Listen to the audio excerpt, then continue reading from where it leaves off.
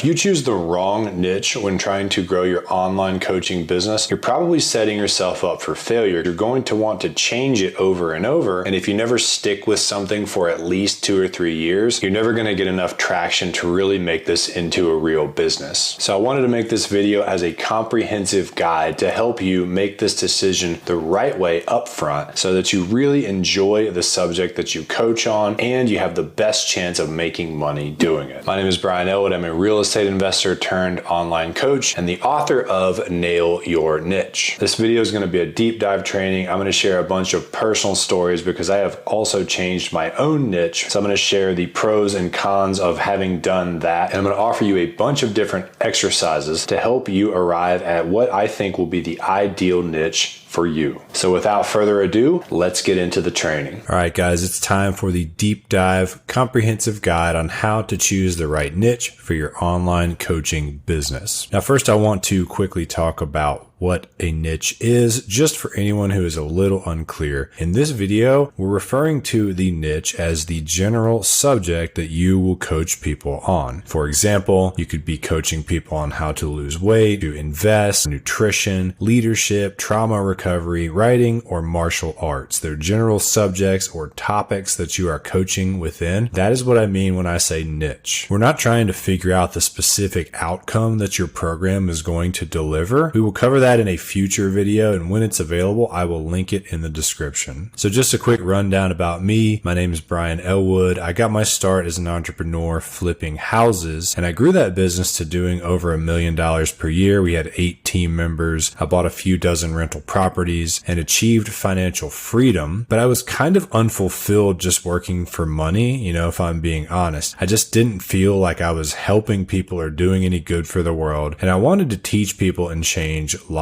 So I started coaching people on how to invest in real estate. I wrote this book called Fire Yourself. I did this for around 5 years. That business at its peak was doing about $25,000 per month. So not bad, right? Well, the truth is that was right around the time when I started to get sick of it. I was so tired of talking about real estate. My interests were no longer about real estate. They were around growing my coaching business, marketing, writing, content creation. And so I had to make that very awkward and difficult decision to actually wind down a real estate coaching business that was making good money and switch to helping people start coaching businesses because that was aligned with my passion. Now, I don't want you to build a coaching business that you're going to want to shut down one day like I did. I want to give you the absolute best chance of choosing the niche that you'll stay with for a long time, and that's what this video is going to do. Also, realize that you're not tied to your niche forever necessarily. You can broaden your niche as you grow your audience, but definitely as a beginner, do not try to start out in more than just one niche. Don't spread yourself thin right out of the gate. It's going to be way harder to succeed if you do that. If you ask yourself, would it make sense to open up a sandwich store and a craft store at the same time and try to make both of those businesses successful simultaneously? The answer is obviously no, right? Trying to be an investing coach and a health coach at the same time is just as ill-advised. You're basically setting yourself up for failure. You're only going to be able to give half of yourself to each endeavor when both of them require all of you. And so I really don't recommend doing that. Instead, plant your flag in just one topic and stay on that until you have a business that is at least paying your bills. So one of the common dilemmas that coaches face when they're trying to choose their niche is they're like, do I go with the thing that I'm passionate about or the thing that I'm good at? As a quick caveat,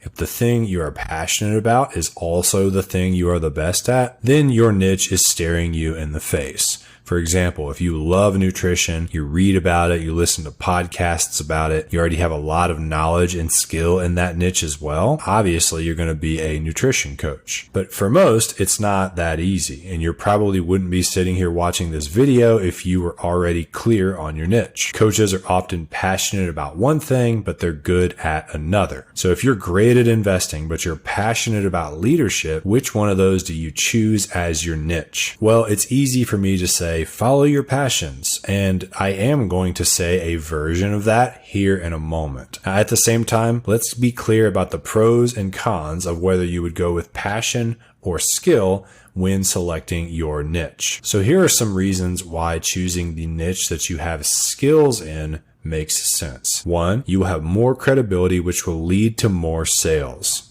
2, you'll have more confidence, which will lead to more sales. 3, you'll have more skills, which will lead to greater client results. And 4, the whole thing is going to be less intimidating because you feel worthy of being there. Now, those are all valid reasons to choose a niche that you're skilled in, but are they enough to also choose a niche that you're not really passionate about? Like, if I just had stayed with real estate because that's where my skills were, even though my passion was gone, what would be the downside of doing that? Well, I think that choosing what you're good at, but not passionate about, it really reminds me of conventional advice that I used to get growing up, like, Brian, you got to be realistic and practical and safe. It would almost be like choosing a spouse because they're mature and they have a good job instead of the person who, let's say, doesn't have those things, but who you love deeply. Now, I can't tell you which direction to go, but if it were me, I would risk it all for love. So back to that earlier example where you were passionate about leadership, but good at investing, right? Which one do you choose? Well, let's say you went with leadership, right? Because that's the one you were passionate about. Well, the truth is you would have a harder time getting started as a leadership coach. You'd be less experienced, less confident, and less competent. You would have to work harder at your craft. You might want to charge less for your program in the beginning while you build up credibility and skill. Now, those are the downsides of choosing a niche that you're passionate about versus the one you have skills in. So what's the upside? You would have the staying power that comes with passion. So one of my favorite quotes is from Michael Jordan, and it's about the secret to being great at basketball. And he simply says, you got to fall in love with the game. That quote is like, 8 words long, really short, but I think that if you really look at it, there is some deep wisdom in what he says. And here's the way that I interpret it. According to Michael, the love of the game is the fuel that drives you to become better. So your love or your passion is basically like the gas in the tank that keeps things running. Now, if you run out of gas, like I did with my real estate coaching, nothing else matters. But if you were able to show up with a full tank of gas every day, you could continue to grow in leaps and bounds. And I want to talk for a second about what it is going to take to succeed with an online coaching business. If you really want to succeed, you're going to need to publish content, create products like both free and paid things. You're going to need to start conversations with people all the time. You need to do this consistently and to do it for years. If consistency over the long term equals winning the game in this online coaching, online education world, then you're going to need to love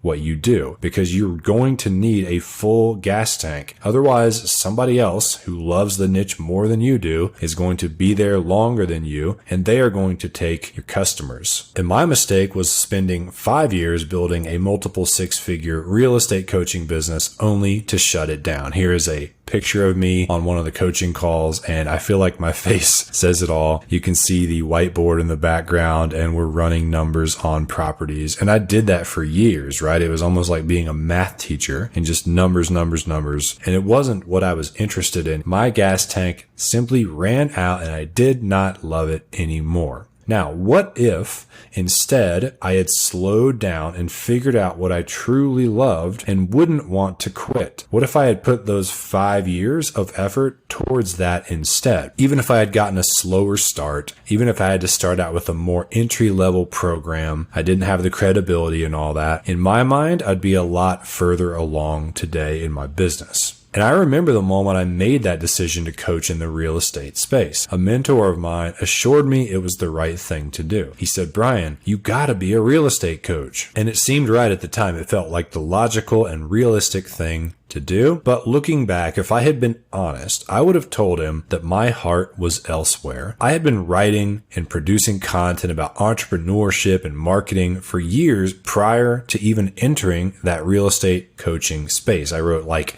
a 110-page ebook on entrepreneurship. I started to write a book that was kind of similar to the 4-Hour Work Week. But like that's the stuff I've been obviously geeking out on for years. And one would have only had to look at my computer's hard drive to see the stuff I was creating, and you'd be able to see where my passion was. So to unpack that a little more, let's say you saw me with my AirPods in, pushing our daughter in the stroller down the sidewalk on a Saturday. Well, I'd be listening to a podcast or an audio book about online marketing, coaching, business, or self-improvement. If you looked at my bookshelf, you would see books on those same topics. If you saw me having a passionate conversation at a coffee shop, you leaned in to hear what I was talking about, again, it would be one of those topics. Anything else, I'm not going to really seem that excited when I'm talking about it. I love this stuff, guys. When my wife has a commitment on a Sunday, and let's say she takes our daughter with her, then I'll grab my backpack with my computer and some books and head to the coffee shop.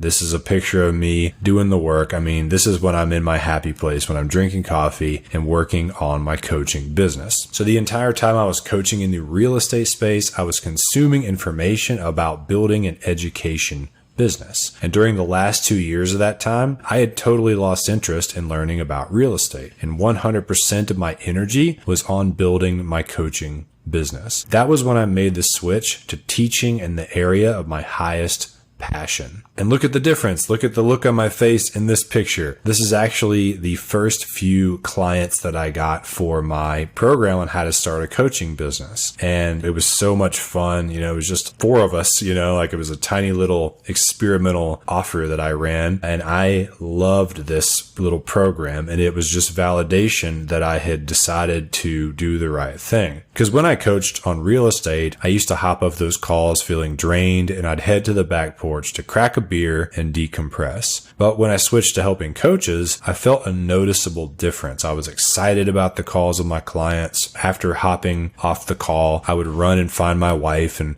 tell her how great it went. I'd share some of the success stories from my clients. My assistant even commented that I seemed happier in my weekly blog videos. So even she noticed a change in my energy. I finally felt aligned with my work. And that's what I want for you guys too, is that true alignment where the business that you're going to choose to build is almost like choosing the perfect partner for like an intimate relationship. But at the end of the day, I can't make this decision for you. You're going to have to make it and follow your heart. I'm sharing my perspective on what worked best for me. I don't have a crystal ball on how things will turn out for you. I do stick to my guns on one thing, and that's whatever you choose to do, fall in love with the game. Now, some of you are probably sitting there saying, well, I don't even really know what I'm passionate about. And, when I first got into coaching, I had trouble identifying what I was passionate about as well. So if you're not sure what you're passionate about, if you're still not sure how to make this decision about picking the right niche, you're not alone. Especially if you've been going through the motions at a draining job for a decade, you may have lost touch with the things that light you up. I have some good news for you. Those things are still there. You are still passionate about things. It may have just gotten kind of covered up or lost over the years, but we're going to reconnect with that, and we're going to find those things today in this video, because those are going to give us some of the best clues on the niche that's going to be great for you to coach within. So I'm going to give you a few ways to reconnect with your passions now, and I'm going to give you a lot of options here. You won't need to do all of them. Just choose a few of them and look for the topics and subjects that keep popping up as we go through these different thought exercises. So first, I want you to physically walk to your bookshelf or wherever you keep your books, and or open up the Audible app on your phone and look at the last 10 nonfiction books that you've read. Write down the topics that they are about. Now go to your podcasts app and see which shows you listen to the most. Check your YouTube watch history and write down the themes, and try to look past all the crap that you're watching on there. I'm lately on this spiel where I'm watching all these poker videos, No Limit Hold'em, and I'm watching Mike Tyson knock people out. But if interspersed within those things, there's plenty of videos about growing online businesses. That's where I'm focused. And so what are those themes for you? Now I want you to ask your homies, okay? So go to a significant other or a friend and ask them for some insight. Be like, hey, what do I like to talk about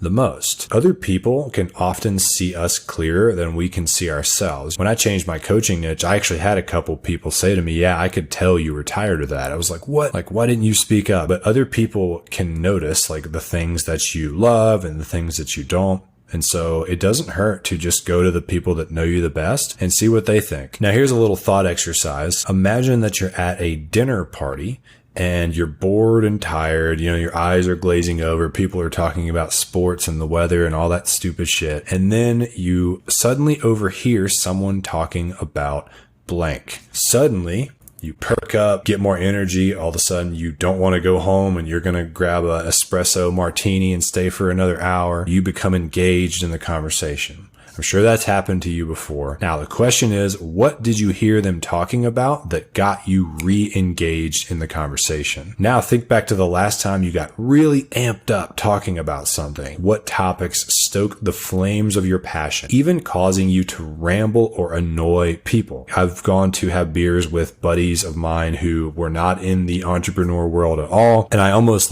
run them off because they ask me how my business is going, and then I'm telling them about, YouTube analytics or something stupid that they don't care about. But it's obvious that I'm passionate about these things because I'll ramble and I'll even annoy people talking about them. All right, another thought experiment. Imagine yourself, you're in a library, you're all alone. You're locked in for the day. There's books on every subject imaginable and a huge comfy couch by a fireplace. You have no agenda other than to enjoy yourself. So you cruise the aisles for an hour. You amass a big pile of books and you finally carry them over to the couch. Now the question is, what type of books did you grab? So those are a few different thought exercises that really helped me to kind of re-identify with my passions anytime that I've been struggling. They're designed to try and find what's genuinely most fun, exciting, and interesting for you. Hopefully, there's one clear thing that stood out when you did those exercises and you're like, okay, my niche is obviously nutrition because that was the number one answer. But if you're not, it's likely because you're juggling two or more options. And this is really common. I'm literally in a coaching program right now with Ali Abdal, learning how to grow on YouTube, and people are struggling like hell to choose their niche. But you do have to make a decision, and I'm going to show you how to think about that. So if you're equally passionate about both niches that you're trying to decide between, choose the one that you have the most skill and experience in, because more skill is only going to help you. And if you really are genuinely equally passionate about both of them, you might as well choose the one that you also have the most skills in. That's only going to help you succeed faster and give you more credibility for growing your business. However, if you're more passionate about one niche, but more skilled in the other, again, all I can say is if it were me, I would go with the one that I am the most passionate about. And again, the reason for that is I just think that you'd have the best chance of staying consistent over the long haul, which is what we said is the recipe for winning, with a passionate niche. And the skills and the success will follow. So you will need to choose just one niche to start, but you won't be prevented from including the other niches in your work down the road. Now, I hope this video has helped you to choose your niche, and the contents of this video were derived from